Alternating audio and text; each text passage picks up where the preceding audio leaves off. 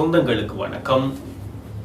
உள்ளூராட்சி சபை தேர்தல்கள் முடிவடைந்த நிலையில் சபைகளில் ஆட்சி அமைப்பது தொடர்பாக பல்வேறு வகையான ஒப்பந்தங்கள், பல கட்சிகளுக்கு இடையிலான டீல்கள் என பல்வேறு விதமான செய்திகள் தொடர்ச்சியாக பரபரப்பாக வெளியாகி வந்தது. இந்த நிலையில் தற்போது யாழ் மாநகர சபையினுடைய முதல்வர் தெரிவு இன்றைய தினம் இடம்பெற்றது. இன்றைய தினம் மாநகர சபையினுடைய மாநாட்டு மண்டபத்தில் இடம்பெற்ற போது தமிழரசு கட்சி சார்பாக மதிவதனி மாநகர முதல்வர் வேட்பாளராக போட்டியிட்டார். அத்துடன் அகில இலங்கை மக்கள் காங்கிரஸ் சார்பாக அவர்களுடைய அணியிலிருந்து ஒரு உறுப்பினர் வேட்பாளராக போட்டியிட்டார். கிருஷ்ணகுமார் மாநகர முதல்வர் வேட்பாளராக அணி நிறுத்தியது. இந்த நிலையில் அவர்களுக்கு இடையிலான வாக்கெடுப்பு இன்றைய தினம் இடம்பெற்ற போது 19 வாக்குகள், தமிழ் தேசிய மக்கள் முன்னணி 16 வாக்குகள் என்ற அடிப்படையில் தமிழரசு கட்சியினுடைய வசம் யாழ் மாநகர சபையினுடைய முதல்வர் பதவியானது தமிழரசு கட்சியின் வசம் சென்றுள்ளது. தமிழரசு கட்சியின் பொதுச் செயலாளர் மற்றும் தலைவராக உள்ள CVK சிவஞானம், பொதுச் செயலாளர் சுமந்திரன் ஆகியோர் யாழ் மாநகர சபைக்கு வருகை தந்து அவர்களுடைய வெற்றி தொடர்பாக கருத்துக்களையும் தெரிவித்தனர். இந்த நிலையில் தமிழரசு கட்சிக்கு ஈழமக்கள் ஜனநாயக கட்சி மற்றும் ஐக்கிய தேசிய கட்சி, ஐக்கிய மக்கள் சக்தி ஆகியவர்களின் உறுப்பினர்கள் ஆதரவளித்ததன் காரணமாக தமிழரசு கட்சி வெற்றி பெற்றது. தமிழரசு கட்சி யாழ் மாநகர சபையில் ஆசனங்களில் முன்னர் அதிகளவான ஆசனம் பெற்றதன் அடிப்படையில் தமக்கான ஆதரவை வழங்க வேண்டும் என ஏனைய தமிழ் கட்சிகளிடம் கோரிக்கை விடுத்தது. இந்த நிலையில் ஜனநாயக தமிழ் தேசிய கூட்டணி ஒன்றிணைந்து தமிழ் தேசிய பேரவையாக ஒப்பந்தத்தின் ஊடாக மாற்றம் பெற்றது. அதன் பின்னர் அவர்கள் சுமந்திரனுடனும் தமிழரசு கட்சியுடனும் பேச்சுக்களை நடத்தி அது தோல்வியில் முடிவடைந்த பின்னர் தமிழரசு கட்சியில் சுமந்திரன் ஈழமக்கள் ஜனநாயக கட்சியின் செயலாளர் நாயகம் டக்ளஸ் தேவானந்தாவை சந்தித்து ஆதரவு கோரினார். அதன் அடிப்படையிலேயே தற்போது யாழ் மாநகர சபையினுடைய ஆட்சி அதிகாரம் தமிழரசு கட்சியின் வசம் சென்றுள்ளது. ஈழமக்கள் ஜனநாயக கட்சியினுடைய தலைவர் டக்ளஸ் தேவானந்தாவும் உடனடியாக தன்னுடைய முகப்புத்தகத்தில் தங்களுடைய ஆதரவுடன் தமிழரசு கட்சியினுடைய வேட்பாளர் யாழ் மாநகர சபையின் முதல்வராக மாறியுள்ளார் என அவரும் தெரிவிக்கிறார். இந்த நிலையில் இந்த சுமந்திரனினுடைய கூட்டு தொடர்பாக, குறிப்பாக ஈழமக்கள் ஜனநாயக கட்சியுடன் கூட்டிணைந்தது தொடர்பாக கட்சிக்குள்ளேயே பல்வேறு வகையான குளறுபடிகள் ஏற்பட்ட வண்ணம் இருக்கின்றது. சிவஞானம் ஸ்ரீதரன் இதற்கான வன்மையான கண்டனத்தை ஏற்கனவே நேற்றைய தினம் தெரிவித்தார். ஒருபோதும் ஈழமக்கள் ஜனநாயக கட்சியுடன் இணைவதை தமிழ் மக்கள் ஏற்க மாட்டார்கள். மத்திய குழுவினுடைய தீர்மானத்துக்கும் உயர்மட்ட குழுவின் தீர்மானத்துக்கும் புறம்பாக இவர்கள் செயற்படுகின்றார்கள் என பகிரங்கமாக பொதுவெளியில் குற்றம் சாட்டியிருந்தனர்.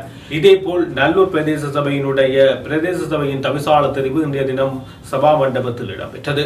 இதன் போது மார்சின்னத்தில் போட்டியிட்ட மயூரன் அவர்கள் பிரதேச சபையினுடைய தவிசாளராக ஏகமனதாக தெரிவு செய்யப்படுகிறார். அவருக்கு எதிராக எவ்வித போட்டியாளர்களும் இல்லை. ஈழமக்கள் ஜனநாயக கட்சி வெளிநடப்பு செய்ததன் அடிப்படையில் தவிசாளர் பதவிக்கு வேறு ஒருவரும் பெயர் கூறவில்லை. இதன் காரணமாக நேரடியாக அவர் தெரிவு செய்யப்படுகிறார். மணிவண்ணன் தரப்பும் ஈழமக்கள் ஜனநாயக கட்சியுடன் ஒரு இரவில் சென்று சந்திப்பு நடத்தியதாக ஈழமக்கள் ஜனநாயக கட்சியின் செயலாளர் நாயகம் டக்ளஸ் தேவானந்தா ஒரு பகிரங்கமான தகவலை வெளிப்படுத்தினார். ஆனால் அவை தொடர்பாக சில மறுப்புகளும் வெளிவந்தது. இந்த நிலையில் தற்போது நல்லூர் பிரதேச சபையில் ஈழமக்கள் ஜனநாயக கட்சி வெளிநடப்பு செய்ததன் அடிப்படையில் அது தானாகவே மார்சின்னத்துக்கு வெற்றியும் சென்றுள்ளது. அந்த வகையில் மயூரன் தற்போது பிரதேச சபை தவிசாளராக தெரிவு செய்யப்பட்டுள்ளார். அவர் நல்லூர் பிரதேச சபை தவிசாளராக தெரிவு செய்யப்பட்டதை அடுத்து தியாக தீபம் திலிவனை நினைவேந்தலில் வந்து அஞ்சலி செலுத்தி தனது பதவிகளை பொறுப்பேற்றுக் கொண்டார். பதவிகளை பொறுப்பேற்றுக் கொண்ட அவர் தற்போது காரைக்கால் சிவன் கோயில் அருகில் உள்ள இந்த குப்பை கிடங்கு தொடர்பான பிரச்சாரங்கள், பிரச்சனைகள் மிகவும் பூதாகரமாக வெளிவந்து கொண்டிருக்கின்றன. அது தொடர்பாக போராட்டமும் முன்னெடுக்கப்பட்டது. அங்கு கொளுத்தப்படுகின்ற குப்பைகள் காரணமாக சுகாதார பிரச்சனைகள் எழுகின்றது. எனவே அவை அகற்றப்பட வேண்டும் என்ற கோரிக்கை முன்வைக்கப்பட்டது. அந்த அடிப்படையில் மயூரன் தற்போது தன்னுடைய முதலாவது கையொப்பமாக இந்த காரைநகர் குப்பை கிடங்கு அகற்றப்பட வேண்டும் என்ற முதலாவது கோரிக்கையை முன்வைத்து அவருடைய சபை நடவடிக்கையில் முதலாவது கையெழுத்தாக இந்த காரைநகர் குப்பை கிடங்கை அகற்றும் நடவடிக்கையை முன்னெடுத்துள்ளார்.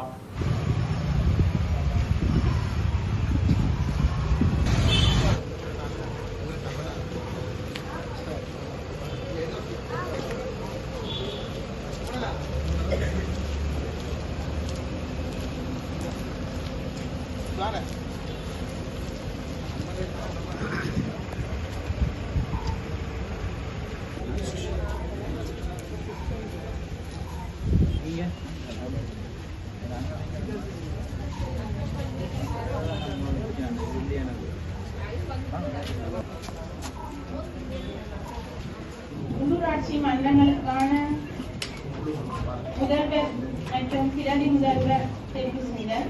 அந்த அடிப்படையில் யாழ்ப்பாணம் மாநகர சபைக்கான முதல்வர் தெரிவு இன்று இடம்பெற இருக்கின்றது.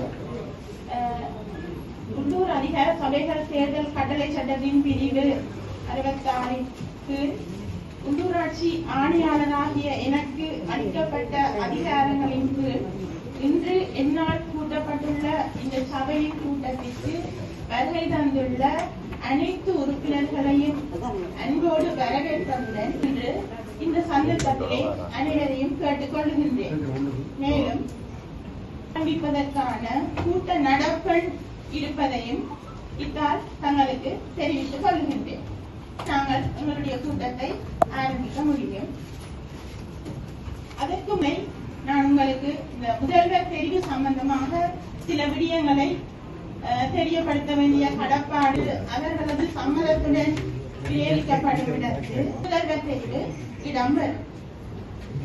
அந்த வகையிலே ஆக கூடுதலான உறுப்பினர்கள் யாரை தெரிவு செய்கின்றார்களோ அவர் முதல்வராக பிரகடனப்படுத்தப்படும் என்ற தெரிவு இடம்பெறும். அவ்வப்போது இது குறித்து விளக்கம் அளிக்கிறதுக்கு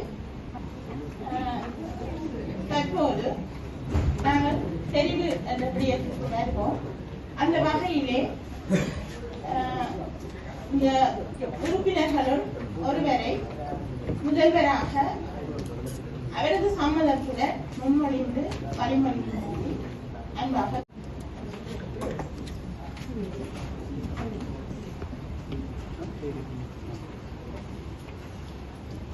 இலங்கை தமிழரசு கட்சியினுடைய யாழ்ப்பாண மாநகர சபை உறுப்பினர் கௌரவ திருமதி மதிவதனி விவேகானந்தராஜா அவர்களை முதல்வர் வேட்பாளராக முன்மொழிகிறேன்.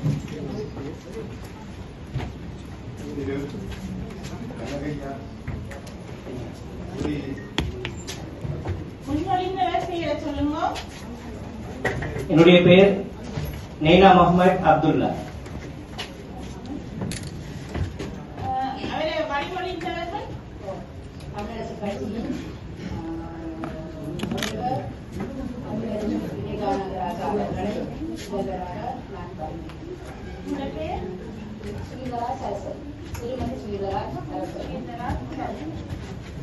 ஏதாவது முன்மொழிவுகள் காணப்படுகின்றனவா?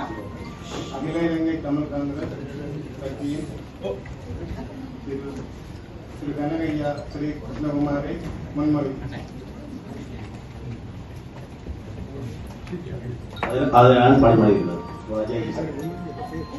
அது சம்பந்தமாக முதலில் முன்மொழியப்பட்ட மதிவதனி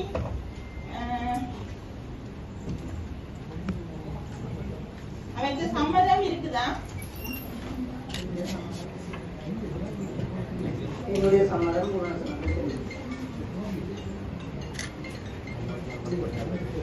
அடுத்ததாக வழிமொழியப்பட்டவர் தங்களுடைய சம்மதம்.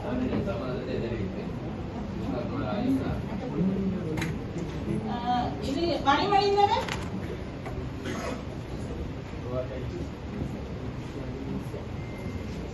வேறு ஏதாவது செய்திகள் காணப்படுகின்றனவா?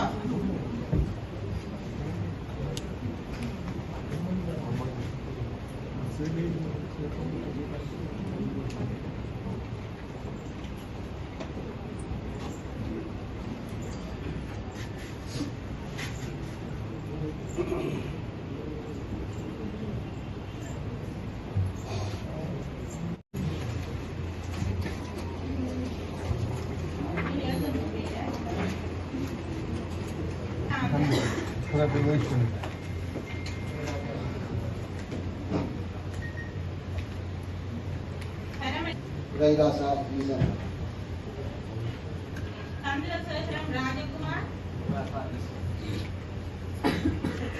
Mathivadhan Pradeep, Nagalingam Kumanathasan, Thurairasa Eesar, Krishnan Vijayakumar,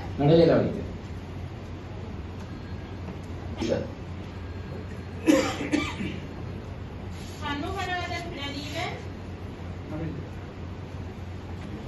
Gregory Antony Jeyasuraja, Emmanuel தயாள,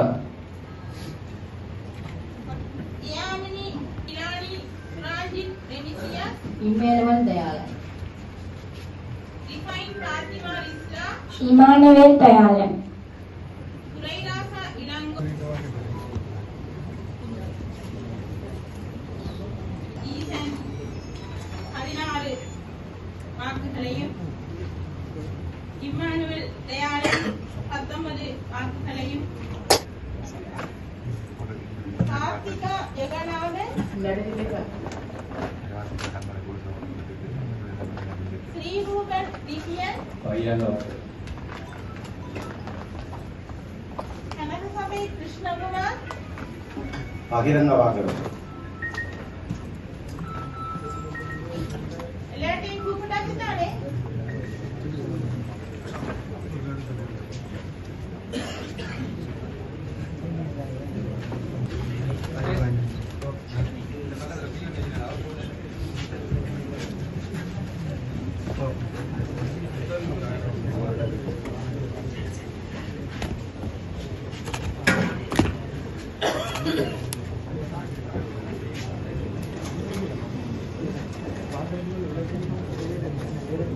பகிரங்க வாக்கெடுப்பு 20 உறுப்பினர்களாலும் ரகசிய வாக்கெடுப்பு 16 உறுப்பினர்களாலும் நடுநிலைமை 9 உறுப்பினர்களாலும் தெரிவிக்கப்பட்டதற்கு அமைவாக பகிரங்க வாக்கெடுப்பின் மூலம் முதல்வர் தெரிவு இடம்பெறும் என்பதனை அறியத்தல். அதேபோல் யாழ்ப்பாணத்தில் இன்னொரு சபையான சாவச்சேரி நகர சபையிலும் இன்றைய தினம் நகர சபைக்குரிய தவிசாளர் தெரிவு இடம்பெற்றது. இதன்போது சபா மண்டபத்தில் இடம்பெற்ற தெரிவு கூட்டத்தில் தமிழரசு கட்சி சார்பாக ஒரு வேட்பாளர் போட்டியிட்டார். அந்த நிலையில் அதேபோல் தேசிய பேரவையில் ஒரு வேட்பாளர் போட்டியிட்டார். தேசிய பேரவைக்கும் தமிழரசு கட்சிக்கும் இடையில் சமனான ஆசனங்கள் காணப்பட்டது. 7-7 என்ற அடிப்படையில் ஆசனங்கள் இருந்ததன் காரணமாக திருவுளச்சீட்டு அடிப்படையில் அதன் பின் தேசிய பேரவைக்கு அந்த ஆசனம் சென்றுள்ளது. அதன் அடிப்படையில் ஸ்ரீ பிரகாஷ் அந்த தவிசாளராக சாவச்சேரியினுடைய நகர சபையின் தவிசாளராக அவர் மாற்றம் பெற்றுள்ளார். இந்த நிலையில் அதற்குள்ளும் ஒரு குதர்க்கமான நிலைமை ஏற்பட்டது. இந்த நிலையில் ஆட்சி அமைப்பதற்கு தமிழரசு கட்சி மும்முரமாக நடவடிக்கைகள் மேற்கொண்டிருந்த நிலையில் சுமந்திரன் ஒரு ரகசியமான நகர்வை மேற்கொள்கிறார். அந்த சாவச்சேரி நகர சபையில் குறித்த ஜனநாயக தமிழ் தேசிய முன்னணி சார்பில் போட்டியிட்டு வெற்றி பெற்ற வேட்பாளர் ஒருவர் அந்த நகர சபை பிரதேசத்துக்குள் இல்லை என்ற பிரச்சனையை எழுப்பி அதை உயர்நீதிமன்றத்தில் உடனடியாக மனு தாக்கல் செய்து அவருடைய நகர சபை உறுப்புரிமை பதவி இடைநிறுத்தப்பட வேண்டும், நீக்கப்பட வேண்டும் என்ற கோரிக்கையை விடுத்ததன் அடிப்படையில் அவருடைய பதவி தொடர்பான வழக்கு தொடர்பான விசாரணைகள் முடிவடையும் வரை அவருடைய பதவி இடைநிறுத்தப்படுவதாக உயர்நீதிமன்றம் அதிரடியாக உத்தரவை பிறப்பிக்கிறது. அதன் அடிப்படையில் 8ஆக இருந்த அவர்களுடைய ஆசன எண்ணிக்கை 7ஆக குறைத்ததன் அடிப்படையில் தமிழரசு கட்சிக்கும் தமிழ் தேசிய பேரவைக்கும் 7-7 என்ற ஆசனம் சமனாக காணப்பட்டது. இந்த நிலையில் திருவுளச்சீட்டு இப்போது ஆட்சியை மாற்றியுள்ளது. இருப்பினும் சுமந்திரன் ஆட்சியை கைப்பற்றுவதற்கு நீதிமன்றத்தை நாடியது குறிப்பிடத்தக்கது. ஆனால் தேசிய மக்கள் சக்தியினுடைய கபிலன் உறுப்பினராக சத்தியப்பிரமாணம் செய்தால் அவர்களுடைய உறுப்புரிமையை கேள்விக்குள்ளாக்குவேன் என தெரிவித்த சுமந்திரன் இதுவரை அவர் தொடர்பாக எதுவித வழக்குகளையும் தொடரவில்லை. தமிழ் அரசு கட்சிக்கு யாழ்ப்பாண மாநகர சபையில் தேசிய மக்கள் சக்தி இன்று இடம்பெற்ற இந்த மாநகர தெரிவு தொடர்பான இன்று இடம்பெற்ற கூட்டத்தில் தேசிய மக்கள் சக்தி நடுநிலைமை வகிக்கிறது. தேசிய மக்கள் சக்தியினுடைய 10 வேட்பாளர்களும் யாருக்கும் ஆதரவு இல்லாமல் நடுநிலை வகித்து தமிழரசு கட்சியின் வெற்றியை உறுதி செய்கிறார்கள். எனவே இந்த இரண்டுக்கும் இடையில் ஏதாவது ஒப்பந்தங்கள் இடம்பெற்றிருக்கலாம் என அரசியல் வட்டாரத்தில் தகவல்கள் வெளியாகி வருகின்றது. மட்டக்களப்பு மண்முனை தென்னெருவில் பெற்ற பிரதேசத்தில் கோவிந்தன் கருணாகரம் ஆட்சி அமைப்பதற்காக ஜனநாயக தமிழ் தேசிய கூட்டணி ஆட்சி அமைப்பதற்காக தேசிய மக்கள் சக்தி மற்றும் பிள்ளையானின் தமிழ் மக்கள் விடுதலை புலிகள் கட்சியுடன் இணைந்துள்ளது மிகப்பெரிய துரோகம் என சாணக்கியன் ஒரு குற்றச்சாட்டை பகிரங்கமாக முன்வைக்கிறார். அவருடைய ஜனநாயக தேசிய கூட்டணி தற்பொழுது கஜேந்திரகுமார் பொன்னம்பலத்துடன் இணைந்து தமிழ் தேசிய பேரவையாக மாற்றம் பெற்ற அவர்கள் கொள்கை ரீதியாக ஒன்றிணைந்து இந்த பிள்ளையான் அனுரவை கஜேந்திரகுமார் எதிர்த்து வருகின்ற நிலையில் இவர் கோவிந்தன் கருணாகரம் ஆட்சி அமைப்பதற்காக பிரதேச சபையின் அதிகாரத்தை கைப்பற்றுவதற்காக இவ்வாறு அவர்களுடன் இணைந்து கொண்டதை கஜேந்திரகுமார் பொன்னம்பலம் தட்டி கேட்க வேண்டும். அவரை கூட்டணியில் இருந்து விலக்குவதற்கு கஜேந்திரகுமாருக்கு திராணி இருக்கின்றதா என்ற அடிப்படையிலும் கோவிந்தன் கருணாகரம் இவ்வாறு அதிகாரத்துக்காக இவ்வாறு தமிழ் மக்களுக்கு விரோதமான செயல்பாடுகளில் ஈடுபடுகிறார் எனவும் அவர் கஜேந்திரகுமார் பொன்னம்பலம் தொடர்ச்சியாக யாழ்ப்பாணத்தில் இலங்கை தமிழரசு கட்சி டக்ளஸ் தேவானந்தாவுடன் கூட்டு இணைந்து ஆட்சி அதிகாரத்தை கைப்பற்றுவதற்காக பேச்சுவார்த்தையை நடத்தியதை கண்டனம் தெரிவித்த கஜேந்திரகுமார் பொன்னம்பலம் கோவிந்தன் கருணாகரம் செய்த செயலுக்கு என்ன செய்ய போகின்றார் என பகிரங்கமாக கேள்விகளையும் எழுப்பினார். வாக்கெடுப்பிலே தேசிய மக்கள் சக்தியினுடைய வேட்பாளர் தவிசாளராக தேசிய மக்கள் சக்தி முன்வைத்த வேட்பாளரை வெற்றி பெற செய்வதற்காக ஜனநாயக தமிழ் தேசிய கூட்டமைப்பு இன்று செயல்பட்டிருக்கின்றது. தமிழ் மக்கள் பேரவையோ அவங்க அந்த கஜேந்திரகுமார் பொன்னம்பலமுடைய அந்த கூட்டணியிலே பிரதானமாக எல்லாத்தையும் சொல்லிக் கொண்டு வர விஷயம் தென்னிலங்கை கட்சிகள் வடக்கு கிழக்கிலே ஆளக்கூடாது, சிங்கள கட்சிகளுக்கு வாக்களிக்க கூடாது, இப்படியான பல விடயங்களை சொல்றார்கள். ஆனால் டிஎம்பிபி தமிழ் மக்கள் விடுதலை புலிகள் கட்சியுடன் சேர்ந்து என்பிபியுடன் சேர்ந்து நாங்கள் தமிழரசு கட்சி நாங்கள் டக்ளஸ் தேவானந்தா அவர்களுக்கு நாங்கள் எங்களுடைய வேட்பாளரை முன்னிறுத்துகிறோம், நீங்கள் விரும்பினால் ஆதரவு அளிக்கலாம் என்று எங்களுடைய கட்சி பிரதானமான அதிகூடிய வாக்களித்த கட்சி என்ற வகையில் எங்களை ஆதரிக்கலாம் என்று எங்கள் கட்சியினுடைய தலைவர் CVK சிவஞானம் ஐயா சொன்னதுக்கு பலர் இந்த தமிழ் மக்கள் பேரவையில் இருக்கிற கஜேந்திரகுமார் பொன்னம்பலம் போன்றவர்கள் எல்லாம் பல கருத்துகள் சொன்னார்கள். ஆனால் இன்று அவருடன் இணைந்து கையெழுத்து விட்ட ஜனா கோவிந்தன் கருணாகரன் கிழக்கு மாநிலத்திலே தமிழ் மக்கள் விடுதலை புலிகள் கட்சியும் NPP-யுடன் சேர்ந்து ஒரு தவிசாரை முன்வைக்கிறதுக்கு தன்னுடைய ஆதரவை வழங்கியிருக்கின்றார். அந்த வகையில் இந்த அறிவித்திலே சொல்ல வேணும், இது சங்கினுடைய முடிவில்ல, டெலோவினுடைய முடிவில்லை என்று சொன்னால் அண்ணன் செல்வம் அடைக்கல்நாதன் அவர்கள் உடனடியாக கோவிந்தன் கருணாகரன் ஆகிய ஜனாவை இந்த டெலோ கட்சியினுடைய செயலாளர் நாயகர் பதவி நீக்க வேணும், சங்க கட்சியிலே இருந்து அவரை நீக்க வேணும். இல்லை என்றால் நீங்கள் அனைவரும் ஒன்றாக சேர்ந்துதான் இந்த NPP TMVP கூட்டை வெற்றி பெற செய்ய நீங்கள் செயல்பட்டிருக்கீங்கன்றதை தான் நாங்கள் ஏற்றுக்கொள்ள வேணும். நீங்கள் உடனடியாக நடவடிக்கை எடுக்காவிட்டால் அதுதான் உண்மை. நாங்கள் 2 மணி அளவு வரைக்கும் வாக்கெடுப்பு 2 மணி வரைக்கும் ஜனாவுடன் கோவிந்தன் கருணாகரன் பேசுவதற்கு முயற்சித்து நாங்கள் தனக்கு தன்னுடைய உறுப்பினரை தொடர்பெடுக்க முடியாதுன்னு சொல்லி ஒரு பொய்யை சொல்லிவிட்டார். ஆனால் பிரச்சனை இல்லை, நாங்கள் இலங்கை தமிழரசு கட்சி இந்த சபையிலே ஆட்சி அதிகாரத்தை நாங்கள் எடுத்திருக்கிறோம். ஆனால் தமிழ் மக்கள் விடுதலை புலிகள் கட்சியும் தேசிய மக்கள் சக்தியும் இணைந்து முன்வைத்த வேட்பாளரை கோவிந்தன் கருணாகரன் ஜனாவுடைய சங்க சின்னத்திலே போட்டி போட்ட வேட்பாளர் ஆதரவளித்திருக்கின்றார். இதிலே ரகசிய வாக்கெடுப்பு வேணும் என்று சொன்ன பொழுது அவருடைய கட்சியை சேர்ந்த அந்த உறுப்பினர் அதுக்கு ஆதரவாக, அதாவது அந்த ரகசிய வாக்கெடுப்பா பகிரங்க வாக்கெடுப்பாண்டு வாக்கெடுத்து நடந்த பொழுது NPP TMVP சேர்ந்து அவருடைய உறுப்பினர் வாக்களித்திருக்கார். இதைவிட அவர் NPP-க்கும் TMVP-க்கும் சாதகமாக சங்கு சின்னம் இந்த மட்டக்களப்பு மாவட்டத்திலே செயல்பட்டிருக்கின்றதுக்கான வேறு எந்த சாட்சியமும் தேவையில்லை. அந்த வகையிலே கஜேந்திரகுமார் பொன்னம்பலம் அவர்கள் சொல்லியிருந்தார், தங்களுடைய கட்சியை சேர்ந்த யாராவது EPDP-யுடன் பேச்சுவார்த்தையில் ஈடுபட்டிருந்தால் நாங்கள் அவங்களை நீக்குவோம் என்று அண்ணன் சித்தார்த்தன் அவர்கள் EPDP-யுடன் பேசியதாக EPDP-யினுடைய தலைவர் டக்ளஸ் தேவானந்தா அவர்கள் சொல்லியிருக்கிறார். அது செய்தியிலேயும் வந்திருந்தது. அப்படி என்று சொன்னால் இன்று ஜனா அவர்கள் நேரடியாக இதை செய்திருக்கிறார். இந்த கேவலமான செயல்பாடு NPP-யுடன் சேர்ந்து ஆட்சி அமைக்கிறதுக்கு அடுத்த கேவலமான செயல்பாடை முன்னிட்டு திரு கஜேந்திரகுமார் பொன்னம்பலம் சவால் விடுகின்றேன், உங்களுடன் பக்கத்திலே இருந்து தமிழ் மக்கள் பேரவையோ ஏதோ உங்களுடைய அமைப்பிலே ஒரு கையொப்பம் விட்ட முடிந்தால் ஜனாவை நீங்கள் நீக்கி காட்டுங்கள், செல்வம் அடைக்கல்நாதன் அவர்களும் டெலோ செயலாளர் நாயகத்தை நீங்கள் முடிந்தால் நீக்கி காட்டுங்கள். ஆனால் இந்த இடத்திலே டெலோவை சேர்ந்த இந்த தலைவருடைய சொல்லை மதிக்காம கோவிந்தன் கருணாகரன் அவர்கள் நடந்து கொண்டிருக்கிறார்ன்றதை தான் நான் நினைக்கின்றேன். அந்த வகையிலே இதிலே இருந்து நீங்கள் கோவிந்தன் கருணாகரனை இந்த பதவியில் இருந்து நீக்காவிட்டால் உண்மையிலே நீங்கள் NPP-க்கு சார்பான ஒரு கட்சியாகத்தான் இந்த மக்கள் முன்னே நீங்கள் போவீங்கன்றதை நீங்கள் மனதிலே வைத்திருக்க வேண்டும். அதுக்கு பிறகு நாங்கள் NPP-யை எதிர்க்க வேண்டும், எல்லாம் யாழ்ப்பாணத்திலே வடக்கு மாநிலத்திலே நீங்கள் தயவு செய்து முன் வந்து நடிக்க வேண்டாம் என்றதை இந்த இடத்தை சொல்கிறோம். என்றால் கடந்த ஒரு நாட்களாக நடந்த அனுபவங்களை வைத்து முன்வை சொல்கின்றேன். மட்டக்களப்பு மாநகர சபை தேர்தலுக்கு பிறகு நான் இந்த பகிரங்கமான இந்த அறிக்கையை சொல்லவில்லை என்றால் அவங்களுடைய ஆதரவு இல்லாமலே நாங்கள் ஆட்சி அமைக்கலாம். அதே நேரத்திலே சங்க சின்னம் போட்டி போடவில்லை.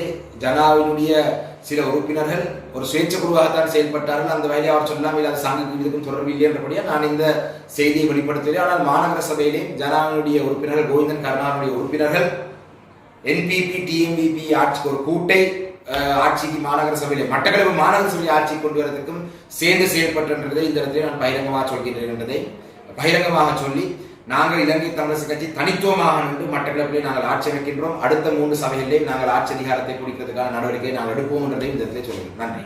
அரசு கட்சி போட்டி போட்ட 11 சபைகளிலே 6 சபைகள் தற்பொழுது பிரதானமாக, அதாவது இலங்கை தமிழரசு கட்சி போட்டி போட்ட 11 சபைகளிலே தமிழரசு கட்சி தமிழர்கள் பெரும்பான்மையாக ஆட்சி அமைக்கக்கூடிய 9 சபைகளிலே 6 சபைகளுடைய ஆட்சி அதிகாரத்தை இலங்கை தமிழரசு கட்சி தன்வசப்படுத்தியிருக்கின்றது.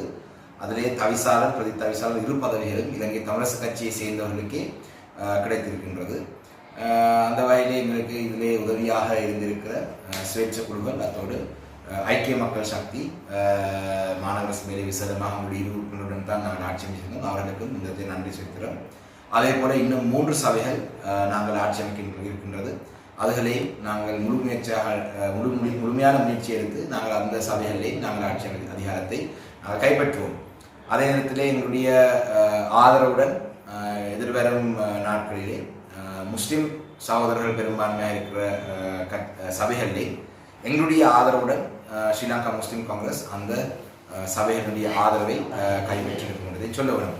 குறிப்பாக இந்த ஊடக சந்திப்பை ஏற்பாடு செய்ததுடைய நோக்கம் ஒட்டுமொத்த சமூகத்துக்கும், குறிப்பாக வாக்காளர்களுக்கும் ஏனைய கட்சியினருக்கும் இன்று மட்டக்களப்பிலே மண்முனை தென்னறிவு பெற்ற பிரதேச சபையினுடைய தவிசாளர் தெரிவிலே நடந்த ஒரு திட்டத்தை பற்றி நாங்கள் சொல்ல வேண்டும். மிக முக்கியமான ஒரு திட்டம், அது நடந்த ஒரு சம்பவத்தை பற்றி நாங்கள் மிக முக்கியமாக சொல்ல வேண்டும். இந்த மண்முனை தென்னறிவு பெற்ற சபையை பொறுத்தளவிலே இந்த சபையினுடைய எண்ணிக்கை இவ்வாறு இருந்தது சொன்னால், இலங்கை தமிழரசு கட்சிக்கு 8 ஆசனங்கள், சுயேட்சை குழுக்களுக்கு 2 ஆசனங்கள், சமகி ஜன பலவேகி அதாவது ஐக்கிய மக்கள் சக்திக்கு 1 ஆசனம், தமிழ் மக்கள் விடுதலை புலிகள் கட்சிக்கு 2 ஆசனங்கள், அதே நேரத்திலே தேசிய மக்கள் சக்திக்கு 6 ஆசனங்கள், மொத்தமாக 20 ஆசனங்கள் இந்த மண்முனை தென்னறிவு பெற்ற சபையில் இருந்தது.